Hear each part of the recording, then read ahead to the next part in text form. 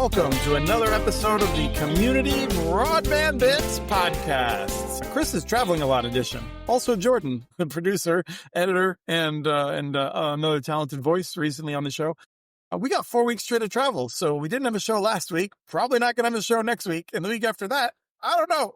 But in the meantime, there's a few hot topics, and I would like to talk about them with Karl Bode, who is a regular writer for us on communitynetworks.org. Welcome back to the show, Karl. Hey there. Thank you for having me. And then we've also got Sean Gonsalves, who's here at the Institute for Local Self-Reliance, the Associate Director for Communications here on the Community Broadband Networks team. Welcome back, Sean. Good to be back. I'm as ready as ever to travel now that I've been finally cleared for the TSA pre-check. Yeah, you got that, and then you also got your voice back after a big fight. Tell us how you feel about viruses, Sean. Viruses and also bacterial infections. And bacteria. I was going to say you got them both. Right. And it was the infection and the bacterial part of it that really threw me for a loop there. Sinus infections are no joke. Let's just say that. And I think this being the first time that I think I've ever had one, maybe. At least been diagnosed with it. Now I have a whole new respect for the power of sinus infections and what they can do if you don't, go see a doctor and take care of it. Yeah, I think you start out with a virus, right? And then you got this infection that came brewing after the end of it. Yep. Okay, we're going to talk about bulk billing in California. We're going to talk about the Comcast and T-Mobile, but really kind of Comcast jumping in to try to purchase some support from the Trump administration in D.C. And we have an idea about some public records requests and trying to figure out how to do something. We're going to talk through that a little bit toward the end of the show. But let's start with bulk billing in California. Karl, you wrote this story for us. There's a new bill, I believe, signed into law now in California. What does it do? It basically requires, for a little background, your broadband provider and your landlord have always struck kind of sneaky monopolistic deals where you are locked into one provider, even if that's at unreasonable rates. And for years, government has tried to do something about it and failed. The federal government has tried to pass restrictions and failed. They're full of loopholes. California finally stepped in and said that you cannot have an exclusive bulk billing arrangement between a landlord and a provider.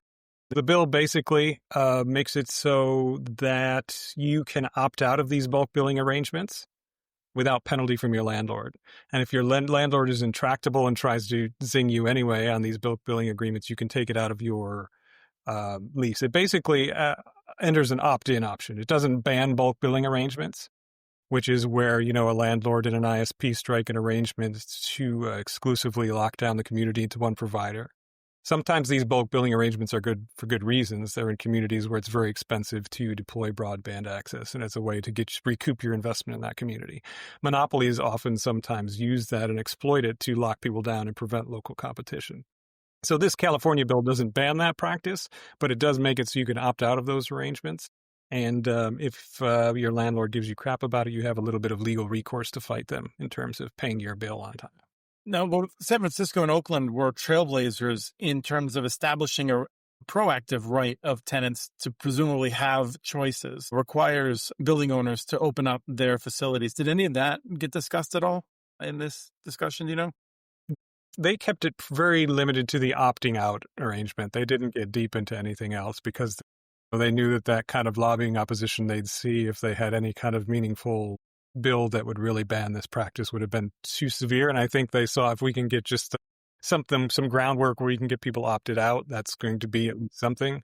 And like you've said oftentimes, and both of you have said this in your own pieces, some of these bulk billing arrangements have use, so you don't want to put a blanket ban on them because sometimes, a municipality will strike a bulk billing arrangement with a community to recoup their steep investment in a community nobody else wanted to serve with access. So it's not like they're always terrible. But that industry, that whole segment has been terrible for years with all sorts of predatory behaviors between landlords and broadband providers.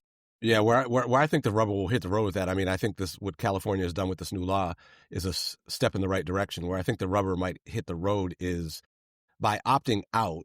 I wonder if that means, okay, so we'll charge you whatever, $75 less on your rent, but guess what? There's still no other provider whose wires are in this building, so you better hope your hotspot works pretty good or something because otherwise you're not going to have internet access. So that and then also the enforcement mechanism. It's not clear to me that, if you're in a building where, they sort of just ignore this law, like what's the recourse? Is like the attorney general, like it seems like that might be an uphill climb to sort of get anyone to notice and then take action if you're, some like random tenant in a building, in a community and, you raise this as an issue. It's like, who do you tell? Yeah, and these are states that are really dealing with all kinds of financial headaches and legal challenges under the second Trump term in the first place. Like the right to repair reforms. I don't know if you've seen those, where they pass laws to make it easier to repair your own stuff.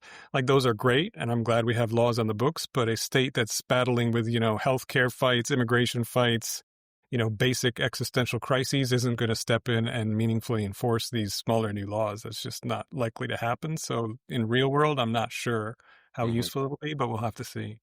I gotta think it does start to move the needle, though, Sean. I mean, I think it's hard to imagine a piece of legislation that will fix everything. And while I spend most of my life trying to figure out how government can make things better, I don't feel like if we just got the words right, we fix it. Right, exactly, yeah.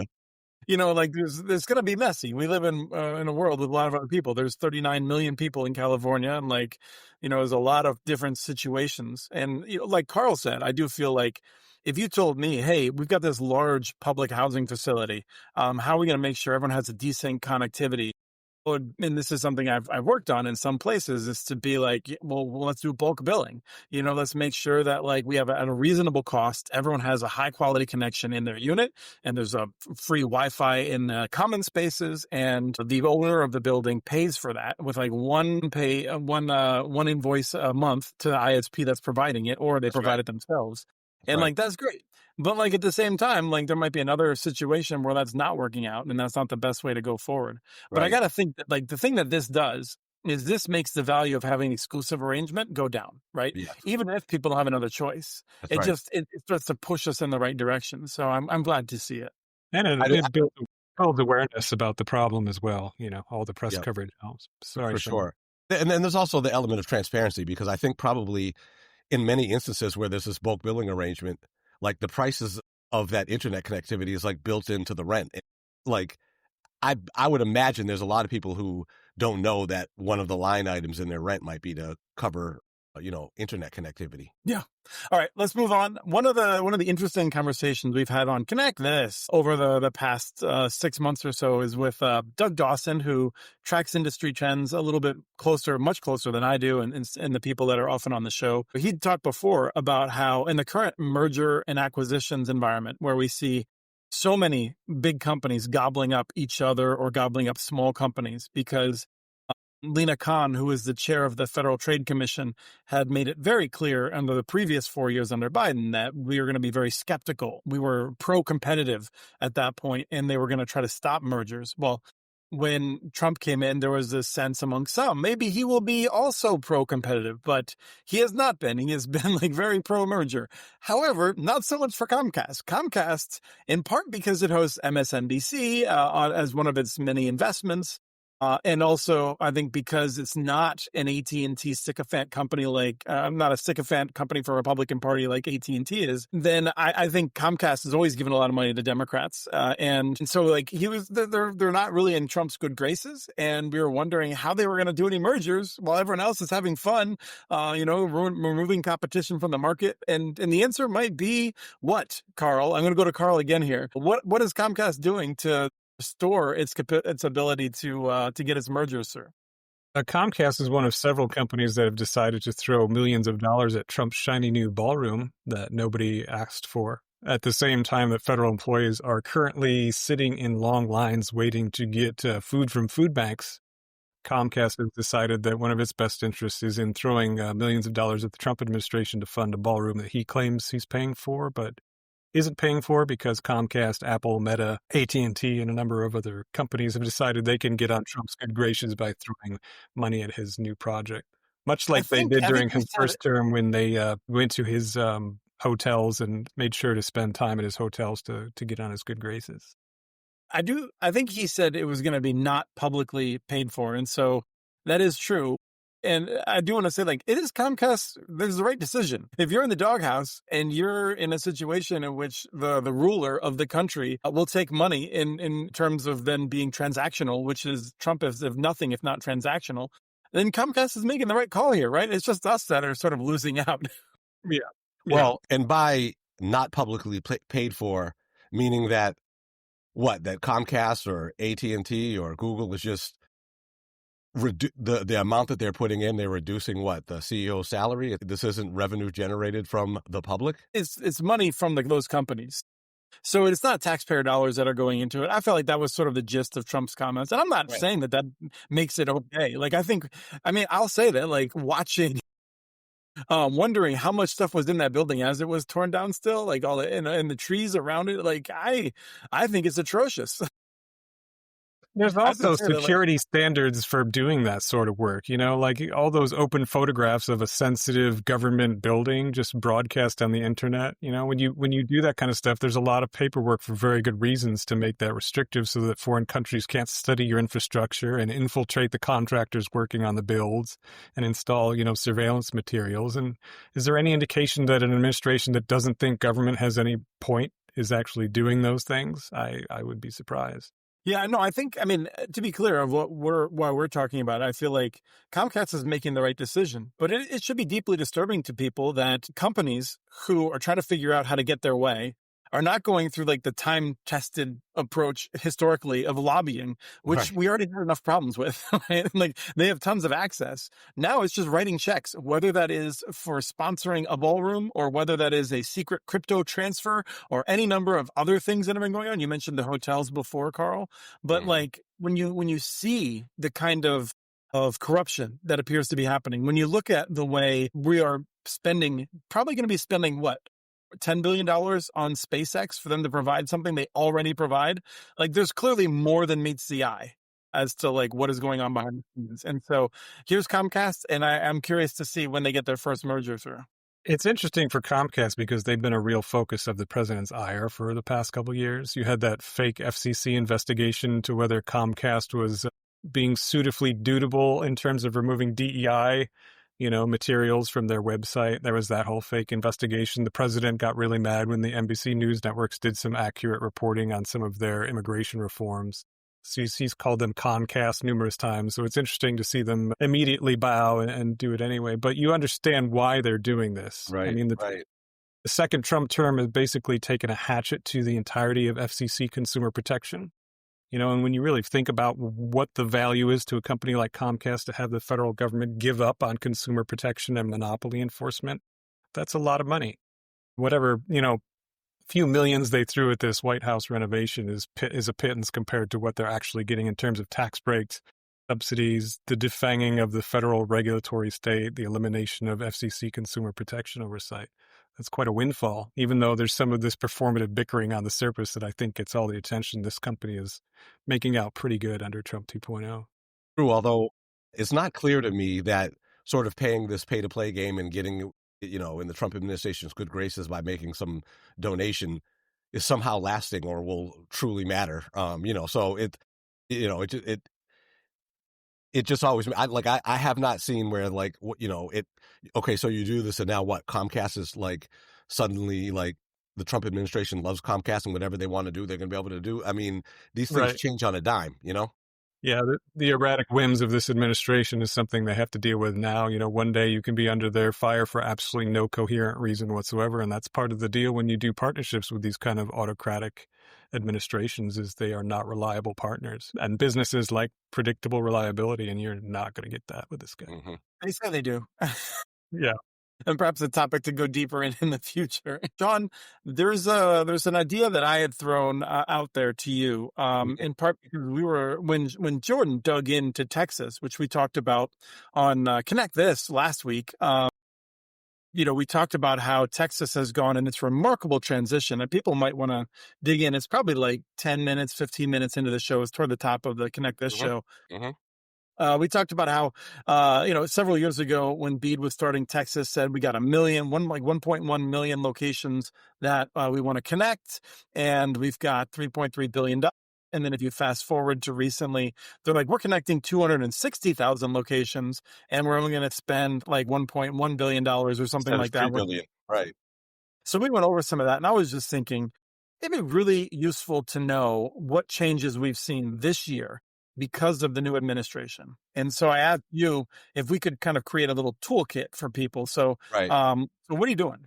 So the toolkit really is to essentially encourage and help advocates in certain states try to see if they can pry some public information loose out of the state broadband offices But around. being respectful that like these offices are overworked and being Right. disrespected. And so like I do want to put the proviso. We don't want to target them, but they Right. are unfortunately the only place that has information that we kind of need. Exactly. And they are between a real rock and a hard place. I mean, most of the state broadband offices, if not all of them, wanted the BEAD spending rules to remain as is, and where they were able to spend as much on fiber deployment as they had planned to. And in many cases, within the budget, within the allocation that had already been designed for these states, then this benefit of the bargain stuff comes out and is basically an effort to, they call it technology neutral, but essentially it's a cover for shoveling a lot more of this money to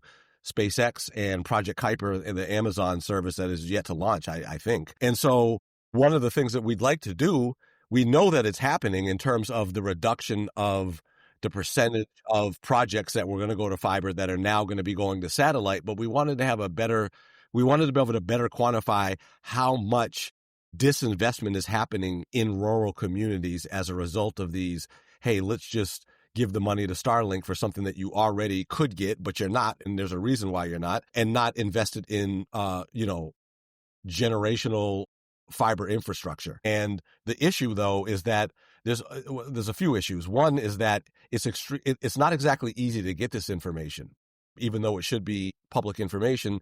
And there's only, I think, a handful of states that have, prior to these rules, had notified ISPs of pre-qualification for awards or that they were going to be awarded money, and then now that's being rescinded. So, like, for example, in Louisiana, there is a project where Connexon, that does wonderful work connecting a lot of rural communities, working with electric cooperatives, is working in East Carroll Parish. They had already gotten some grant money to build out into the most rural parts of East Carroll Parish, but the sort of the most densely populated part of East Carroll Parish, I think it's the Lake Providence area in East Carroll Parish, they had applied to get a $2 million BEAD grant, which they were notified that they were going to get. Then this benefit of the bargain round comes out, and lo and behold, that award has now gone away, and instead they're being told, well, instead of $2 million to finish out this fiber project, we're going to give a couple $100,000 for folks to sign up for Starlink.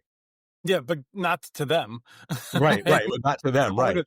We're going to write a check to Elon Musk rather than the folks in New Orleans. Exactly. So we're trying to get a sense of to be able to sort of quantify and see how that's playing out in various states. Right, exactly. And so where there's like where letters have been sent, it's a very easy public records request where one would not be significantly tying up the resources of the state to fulfill that. In other cases, it might be more difficult to get the records to better understand how the awards have shifted after the so-called benefit of the bargain round. That's right. And so, I think it's a useful exercise, because this could be a way to really have Congress sort of say, wait a minute, this money is being used in ways that Congress did not intend for it to be used when we passed the infrastructure law.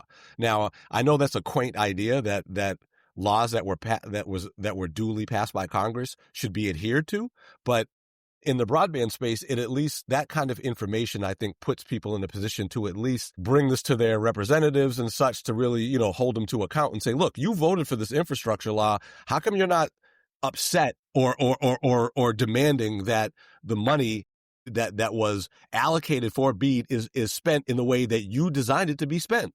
I think there are actually a couple of folks in Congress, maybe who's the senator in Virginia who might be kind of hot to trot on some of these issues. Maybe not all of them, but who's the senator in Virginia? Is it Warner?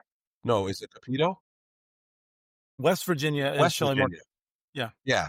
Who at least has shown she's spoken out against the Trump administration on this, on some of these issues. So anyhow, because we're getting down to where it's sort of kind of a Hail Mary in terms of trying to steer as much, or at least get people to be aware that some of the communities that most support this administration are really going to get hung out to dry when this is all said and done with the BEAD investments. Carl, do you have any thoughts on this? A lot of them aren't going to know what they were missing out on, because I think a lot of people didn't understand what this bill was doing in the first place. They didn't understand how BEAD works. It's pretty complicated. And, most of the media coverage over the last year has been what a cumbersome, slow mess the program has been. So when people suddenly get expensive Starlink service, they're going to probably not think twice about it. They're not going to understand that basically we threw billions of dollars at a billionaire for service he had already deployed, for absolutely no reason, which took money away from a lot of other better alternatives. To say nothing about how much more expensive Starlink is compared to, for example, when an electric cooperative or some small independent ISP is offering, say, fiber service in a rural area. Not that it's cheap, but what we've seen, at least, is that it's usually less expensive than $120 a month, plus the fees that you have to pay. Yeah. 95% of the time. Yeah. And it's less congested. The fiber networks are going to be much higher capacity, whereas Starlink, as you throw millions of suddenly subsidized people into the mix, is going to start to face more capacity and congestion issues, which is going to result in all sorts of weird restrictions you wouldn't have seen on community fiber networks. That's right. At the same time, I want to quote one other person. I don't want to ruin it for people. I encourage you to watch the Connect This segment. Heather Mills made the point, very well stated. It was, what was the IIJA, Sean? Do you remember what the IIJA stands for? Right. And then I actually, because being, part of that discussion, I remember her emphasizing the JA part of it, which is the Jobs Act part of it. Right. So I went. The Infrastructure Investment and Jobs Act. Right. So the point of that being that, this is $20 billion. Because of these changes, we're going to see $20 billion worth of fewer jobs in North America, in these rural communities across the 50 states and the territories. Right, because it's not like all of the folks that were going to be working on the construction to build these networks are suddenly going to become like rocket engineers hired by SpaceX to deploy, extra capacity for SpaceX. So there's a job and economic development aspect of this investment that is being entirely overlooked under the guise of saving taxpayer dollars, because instead of spending $42 billion as Congress had stipulated for BEAD, maybe we're going to only spend $20 billion and call it a victory. Right. And now some of that money will be well spent. Transparency on. Some of that money will be well spent, but other amounts of that money, like I don't know, between 5 and 10 billion that are going to go to Musk. It's like, what is that doing? I can't tell you really. I mean, there's this whole thing about reserving capacity, is what they say. I don't know. I think you could make an intellectual argument. It's like, I think Lincoln said about alcohol, which is that there are many defenders, but no defense. You can always find someone who's like, going to say something, especially if you write them a check. But this is not a wise investment for the taxpayers. Starlink is a wonderful service, and investors have committed tens of billions of dollars to make SpaceX work well. We don't need to put a bunch of money into it to provide a service to people that most of them have decided they do not want, right? It is available. They are familiar with it. They have decided not to subscribe to it. And we're going to write Elon a check on their behalf that they get no benefit from in order to further do what? It's really frustrating. It's corruption. I mean, that's the thing. We're dancing around it. But let's just be very clear. This is corruption. That's right. That's right. And also, we should just say, just as one small caveat, though, if in case anybody's listening to this that hasn't heard you, Chris, say this 1,000 times already, and us in many other ways, we're certainly not making the case that somehow SpaceX or satellite internet is somehow not useful in any way, or that even within the confines of BEAD, it was always sort of supposed to be part of the plan that there were going to be some super expensive locations where it made sense for it to be a Starlink. So we're not trying to make the argument that Starlink sucks so bad that it shouldn't be part of the equation at all. It's just this kind of wholesale benefit of the bargain, let's do as much towards Starlink as possible, is not going to be cutting the mustard. Yeah, the smart play was always fiber to as many places as possible. Cellular 5G and 6G further from that, and then satellite broadband comes in as a niche option for people completely out of range of other options. Because it is great if you have a cabin in the middle of nowhere, it's a great service, but it's not affordable, it's congested. You don't want to make it your top choice, and prioritizing it and funding is going to be a big mistake that we're going to be unwinding over years. Mm-hmm. Yeah. All right, well, that's the show. Probably not going to be a show next week, but Karl and Sean, very much appreciate your time. And for people who are missing out, go back in the archives. There's a bunch of good stuff back there. There's also other folks that are doing good shows. You can check out The Divide from Light Reading, or a number of other shows that are out there. I would like to have more content, but I've been trying to do this thing called work-life balance. It's still out of balance, and I still, there's still so much stuff that has to get done. So I'm sorry. We will have shows coming out again in the middle of November, I think. But we might miss a week or two here in the in-between time as Jordan and I are out gallivanting around, working with local folks, getting more stories we want to share with you. That's right. There are over 600 previous episodes to dive into should folks be inclined. Yeah, no, and I just learned that there is, I didn't know this before because I don't pay close attention, but Control-Alt-Speech. Mike Masnick, who was on the show recently, he does the... Oh, that's right. But there's also Control-Alt-Speech, which he's been doing, and I was just tuning into A Tale of Two Internets. There's other shows out there, and I want you to come back. Back, please. This is a little bit of a desert here for a little bit. Thank you, Karl. Thank you. Thank you, Sean. I appreciate you coming on the big on your face after I was poking at you in our meeting just an hour ago. Thank you all for listening. We have transcripts for this and other podcasts available at communitynetworks.org/broadbandbits.